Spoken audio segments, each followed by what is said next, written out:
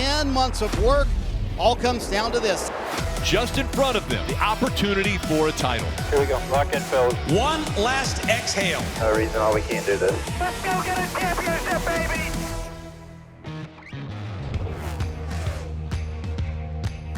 Welcome to Around the Track, presented by Moultrie Mobile. I'm Kim Coon. He's Ryan Flores. It is championship week. All three of NASCAR's top national series are headed to Phoenix to crown a champion, and we have to give props to Ryan and Ryan Blaney driving into victory lane at Martinsville, and obviously you and your team getting it done are going to be part of the championship for the second straight year. Yeah, I'm so proud of Ryan and our whole team. You know, coming off of a devastating loss at Homestead. You know, looking back at that, I think the silver lining there is that it was our strongest day as a team. Ryan on the track, Hassler on top of the box, and us in the pit box.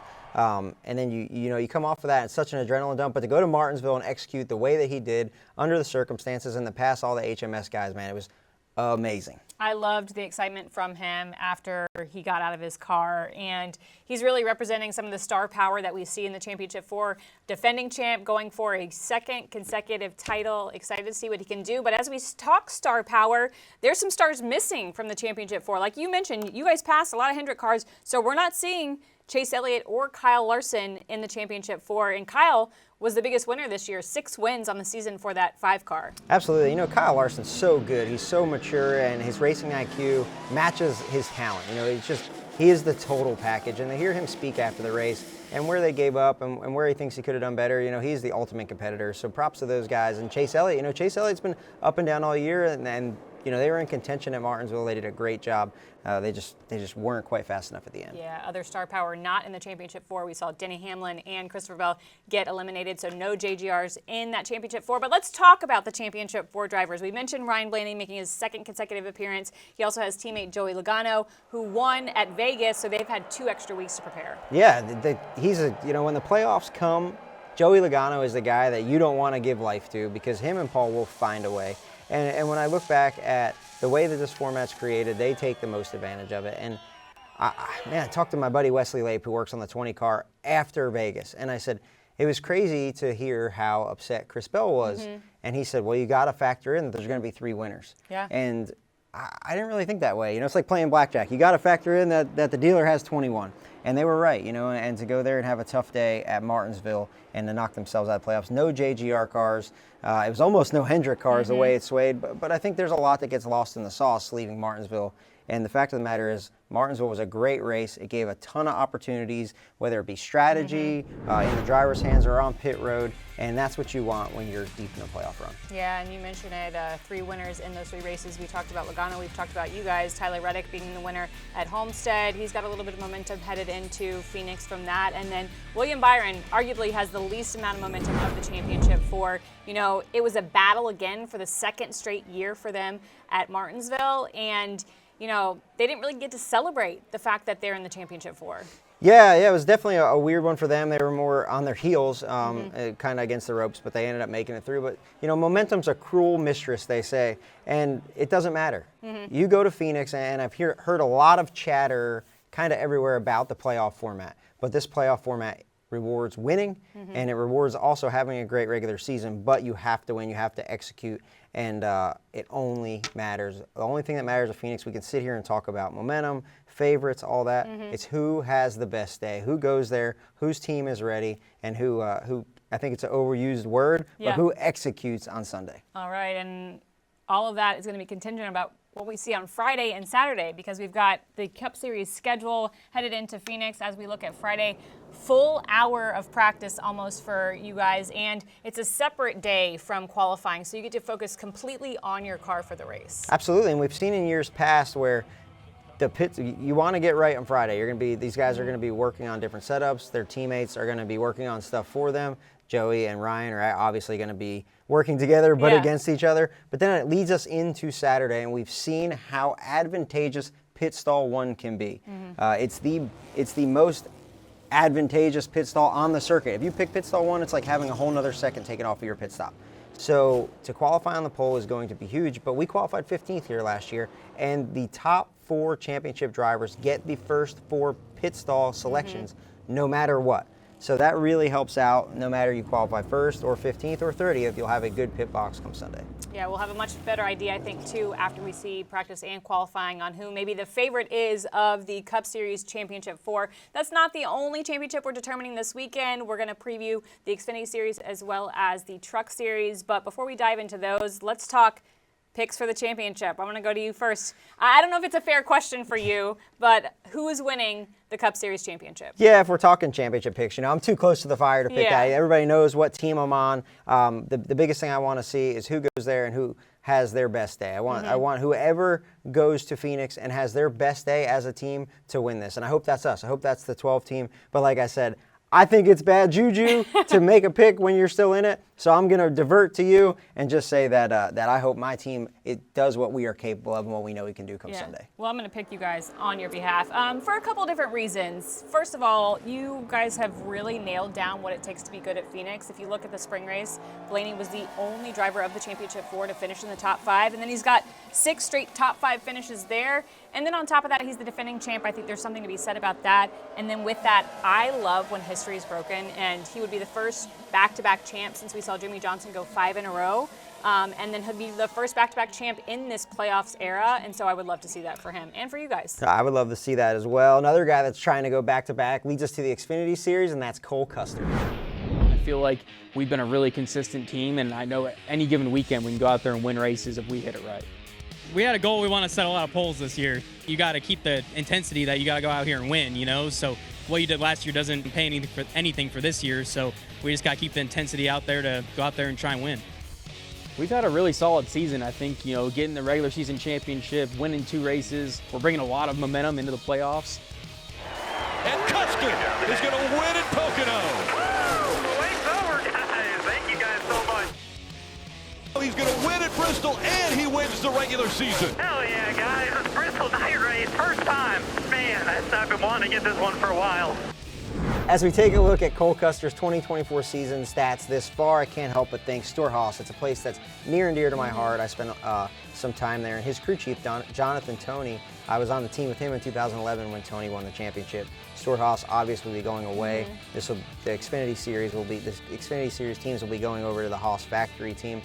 But this is a lot of those guys' last chance to work together and to get a championship, so it's going to be hard to not be pulling for them. Yeah, and with that news throughout the season, this team has had every reason to give up, to not put their all in it, and they've done the opposite. Yes. They have been all in, winning races, and now are going out for back-to-back championships. And to think what it would mean if they win a last championship for Stewart-Haas Racing before the doors close, as we know that shop. Because like you mentioned, it's going to be Haas Factory next year. But if Cole Custer's going to win, he's going to have to get through Chandler Smith. We saw kind of a little altercation post-race in Martinsville. I don't think that Chandler Smith is going to do anything egregious to Cole Custer. I do think, though, if he has the opportunity this weekend, he's going to make it very hard on Cole.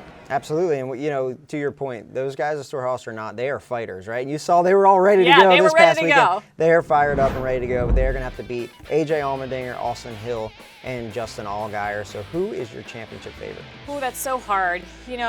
I do think that I would love to see a new champion, so any of the 3 besides Custer, but I have to go with Cole Custer. You look at the Phoenix stats, he has the best average finish at Phoenix of those championship 4. And then he won this race last year. As you look at the spring race, he had a really strong first half of the race. They battled some handling issues the second half. I think if they can kind of look back at their notes, learn from it, figure out what they need, that he's going to be the one to beat. Yeah, I don't know. I like Cole Custer and the sentimental values there, but I'm going Justin Allgaier. He's been trying so hard. There's some sentimental value right? there, too. For me, too. I met him through Greg. We talked about their helmets last week and what he does with his daughter, Harper, but he was on an absolute heater at Phoenix before they blew a left rear tire earlier this year, which led Chandler Smith to the win, so we might have to beat Chandler Smith to win this race. Before they get there, we were going to have to do practice and qualifying, so practice will be Friday, 5 p.m., qualifying Saturday at 4, and the race Saturday night at 7:30. It's going to be exciting to watch. Yeah, and don't forget, we also are crowning a Truck Series champion on Friday night. One of the drivers that's in the mix for that title is Christian Eckes. I'm Christian Eckes, driver of the number 19 for McAnally Hildeman Racing. The 2024 season has been rocky for sure, at least in the beginning. We didn't start very well, had a lot of mechanical issues, still ran okay, got a couple wins. 19 of Christian Eckes, what a streak he has been on. I've gotten very consistent here at the end of the year, had some good momentum heading into the playoffs. Eckes is going to win here tonight. After last year, we've been thinking about it kind of nonstop as far as getting back and having a shot at it potentially. I think the biggest thing is just moving on quickly. We have challenges racing for a championship, and there's so many different levels you have to get through, and there's a lot of things that are going to come up that you might not like, but moving on and forgetting about them is the best thing you can do. So as we look at Christian Eckes' 2024 season stats, 4 wins, 5 poles. I know the finish at Martinsville was kind of tarnished, and people didn't necessarily agree with what Christian Eckes did to Taylor Gray. However, you cannot argue looking at those stats that he does not deserve to be in the championship 4 after the season he's had. Absolutely, those stats were good enough to get his crew chief, Charles Knight, to the job at 2311 to go crew chief Bubba Wallace.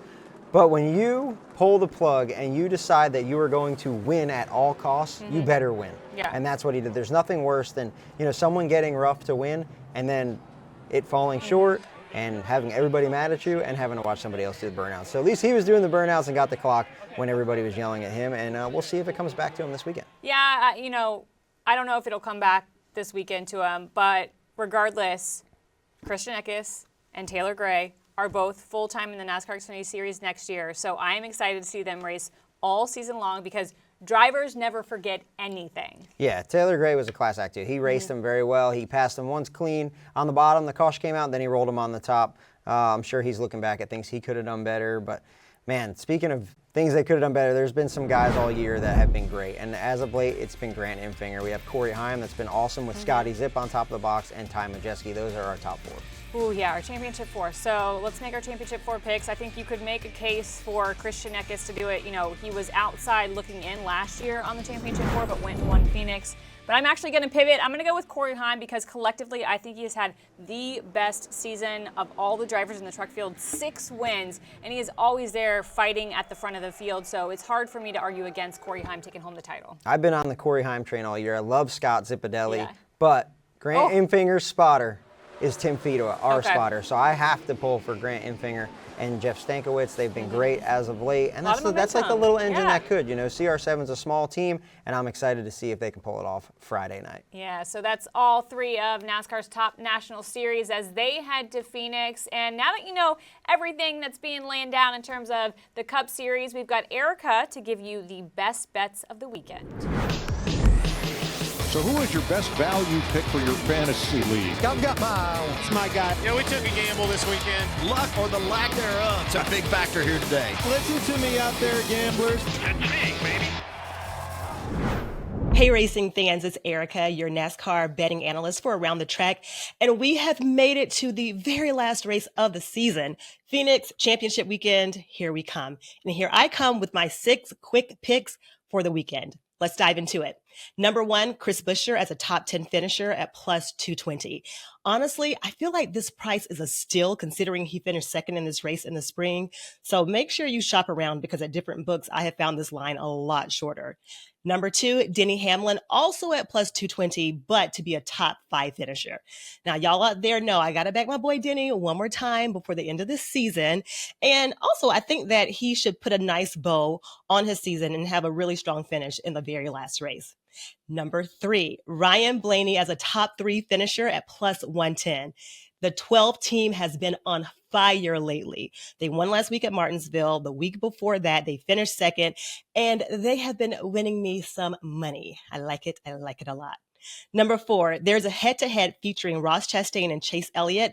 I'm going to back Chase Elliott as the head-to-head winner at minus 120, mostly because he's coming off that momentum of finishing second last week, and I think that gives him a leg up.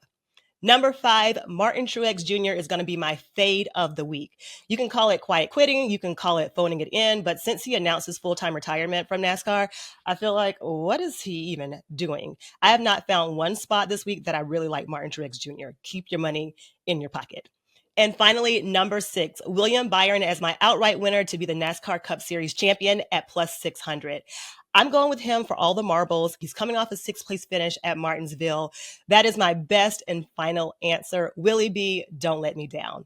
Make sure you stay tuned to my social media at Erica Renee D, because I'm going to have some bonus bets for you as we get a little bit closer to race weekend. But for now, heading back to the studio with Kim and Skip. This Sunday, 4 drivers will battle for the NASCAR Cup Series Championship at Phoenix Raceway.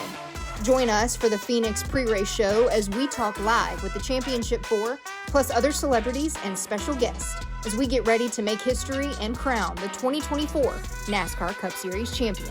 Catch it all Sunday at 12:30 p.m. Eastern on NASCAR's YouTube, Facebook, and X. Well, Kim, there's one other series racing in Phoenix this weekend. Before we get to the ARCA series, though, shout out to Ruben Garcia on his 5th NASCAR Mexico title. So great job to those guys. And we've got another championship being wrapped up this weekend, the ARCA West finale. Yeah, Sean Hingorani is leading Tyler Reif by 14 points, and really it's his championship to lose, because as you look at, if he finishes 9th or better, he will win the championship. 10th or better if he's able to get the pole. Yeah, the good news is that he's got a buffer. The bad news is Tyler Reif has won here before, and Sean Hingorani has 3 wins on the season. He finished 5th here in the spring. We'll see. It'll be fun to watch. It'll be a barn burner for sure. We saw some drama at Bristol with the ARCA East Series, so we'll see if the same thing happens here. You can tune in Friday, 1:30 p.m. on Flow Racing.